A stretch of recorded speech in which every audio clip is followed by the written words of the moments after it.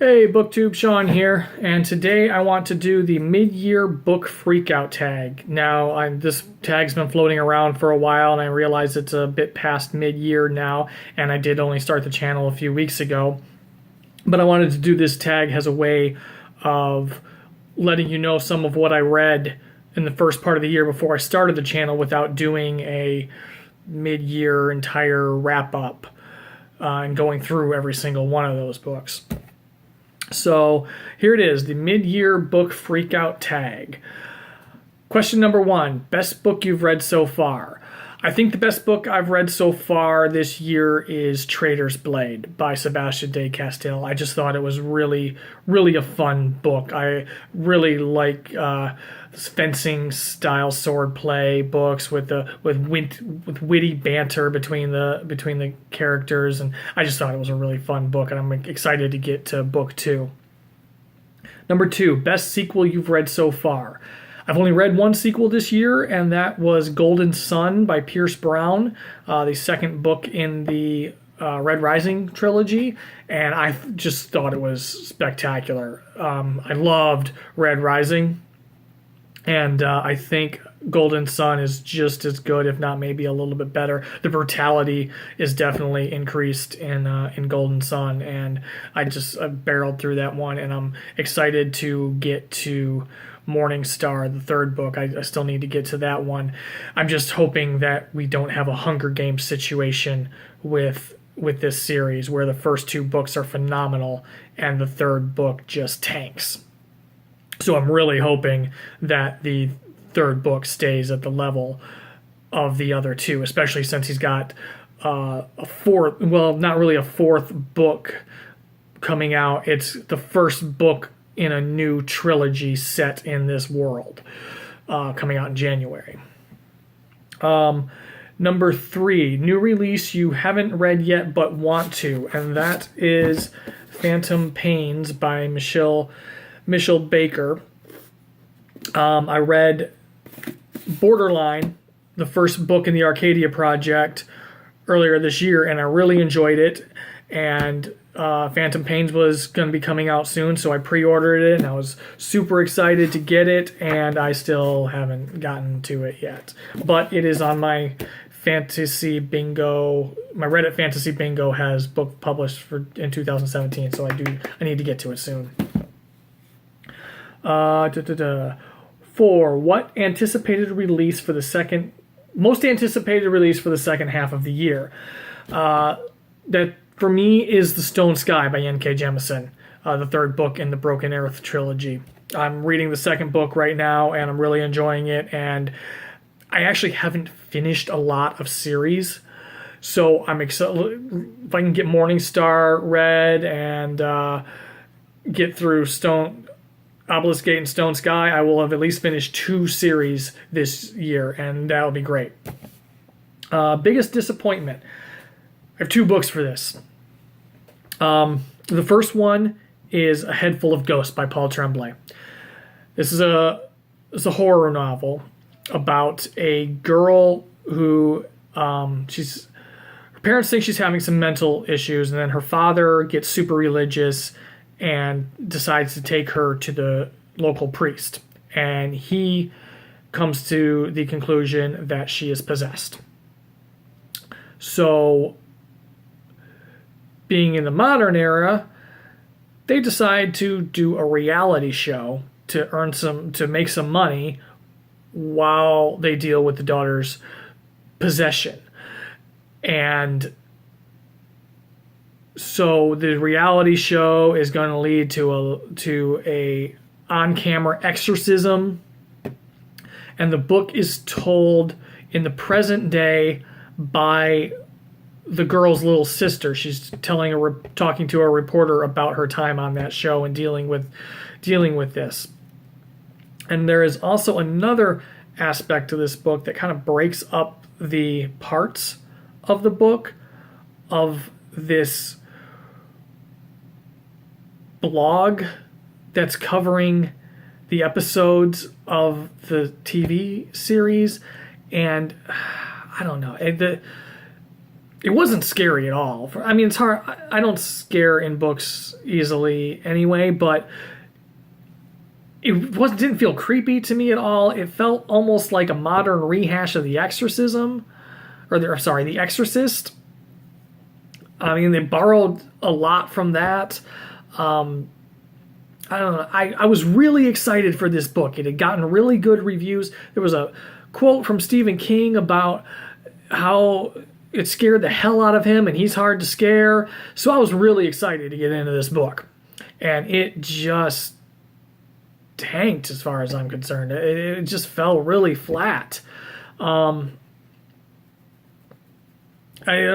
came out of it just wondering how hard it really is to scare Stephen King.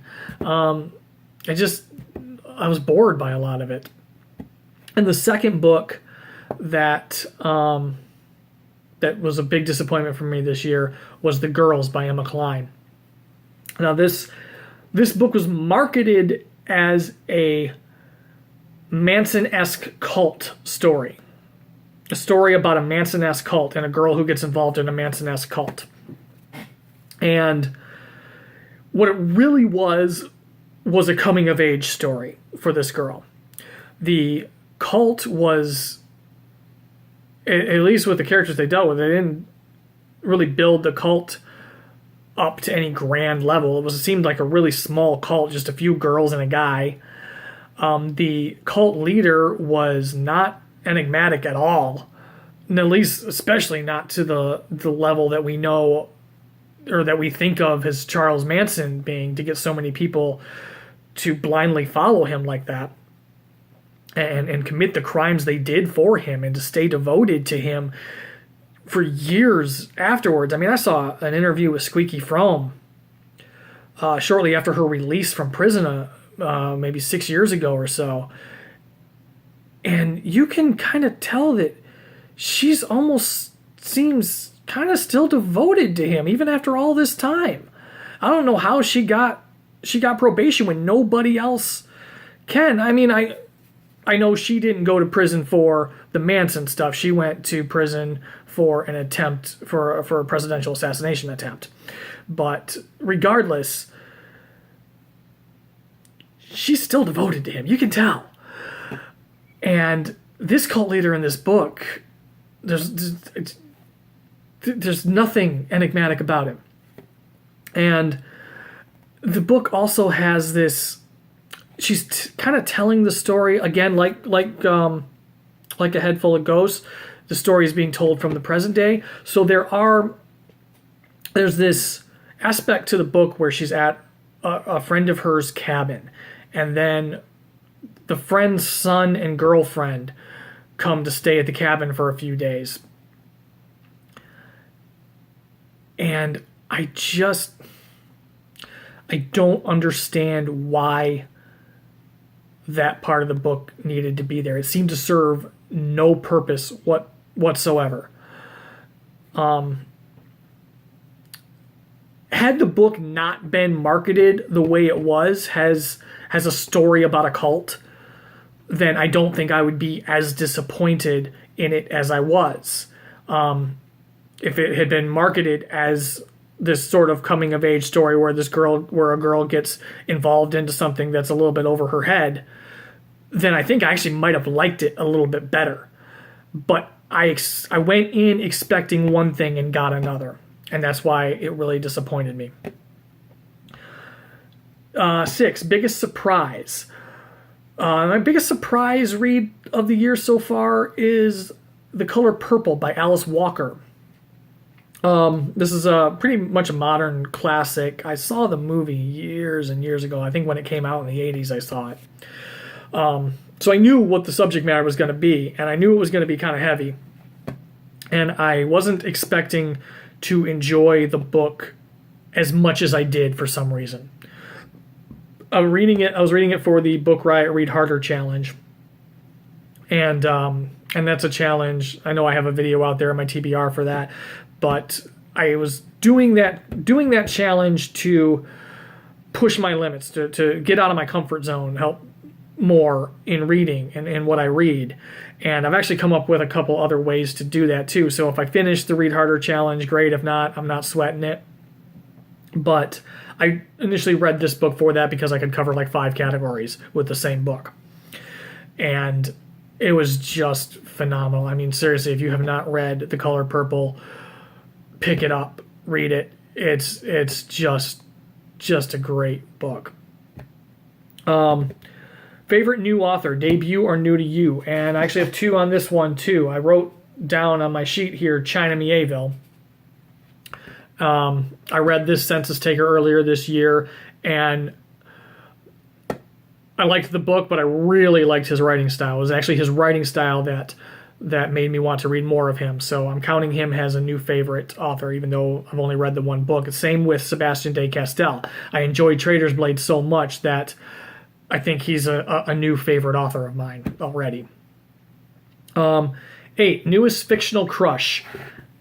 I don't really do fictional crushes in books, at least. Yeah, sure, I've had fictional crushes in TV shows all over the place. But in books, I never really had that. But to answer the question, I'll go with Robin in the Cormoran Strike novels because I think she is a great character, and I think her fiance in the books is just a massive dolt that doesn't deserve her. He's just a big old douche that doesn't deserve her. Where am I at? I'm doing this without my glasses because I actually recorded this and the BookTube check-in tag earlier today, and I had my glasses on, and then when I was reviewing the videos, you could see the reflection of my monitors and my work monitor in my glasses. So I didn't want the reflection of work stuff in my glasses. I'm kind of recording these as I take breaks from work. So I couldn't have work stuff reflecting in my glasses, so I had to re-record these. Anyway, 9, newest favorite character, and that is Kiva Lagos in The Collapsing Empire, and I forgot to pull this one up. Collapsing Empire by John Scalzi has his character Kiva Lagos, who is just a no-nonsense, says what's on her mind, does what she wants, no bullshit character. And I think she's fantastic. Of course, I love Thalkio, Brosti, and Kest from The Trader's Blade. They're great characters, but every chapter that was from Kiva Lagos' perspective in this was my favorite chapters of this book. And this is a great book too. If you haven't picked this up, this is a brand new space opera series that he's doing, and it's just great. I actually have this one signed by him.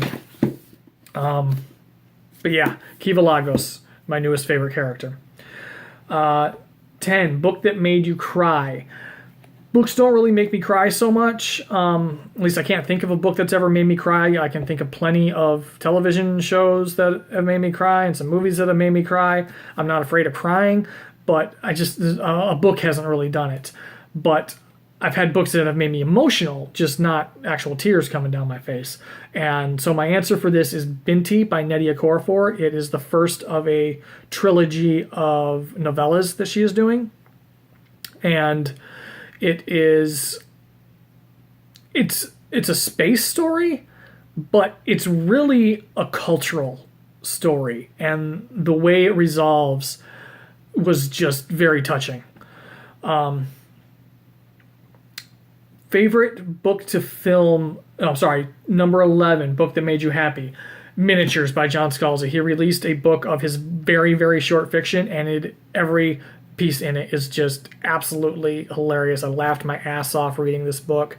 So Miniatures by John Scalzi is the book that made me happy. Favorite book to film adaptations you've seen this year? Real easy, none. 13, favorite review or video I've done. I hate the review I did. So my new to BookTube tag is my favorite video I've done. Even though it's not the best video, it's the one that put me out here. 14, most beautiful book you've bought or received. this copy of Jane Eyre I bought because I wanted the book, but I bought this edition because of this cover. I think the artwork on this cover is beautiful, and then when I got it, I was surprised to see this awesome piece in the back. And I think, yeah, the folds have some awesome artwork too. Yeah, the same castle on that fold, but I just think it's beautiful. 15. What book do you need to buy by the end of the year? Cheating a little bit on this one because I've actually already pre-ordered it, but the book I need by the end of the year is The Stone Sky by N.K. Jemisin. And that's it. That is the mid-year book freakout tag.